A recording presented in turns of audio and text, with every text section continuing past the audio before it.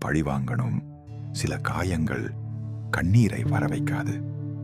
அது ஒரு நெருப்பை உருவாக்கும்.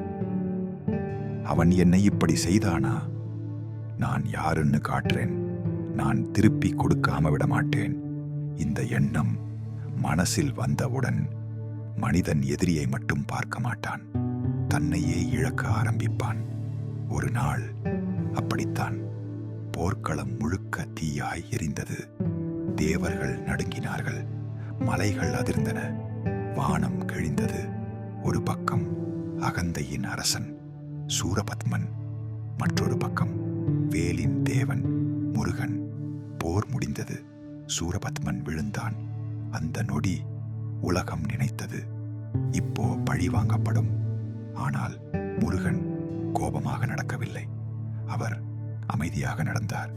பிறகு சொன்னார், உன்னை அழிப்பது எளிது, ஆனா உன்னை மாற்றுவதுதான் என் வெற்றி. அந்த ஒரு நொடி எதிரி அடியாரானான்.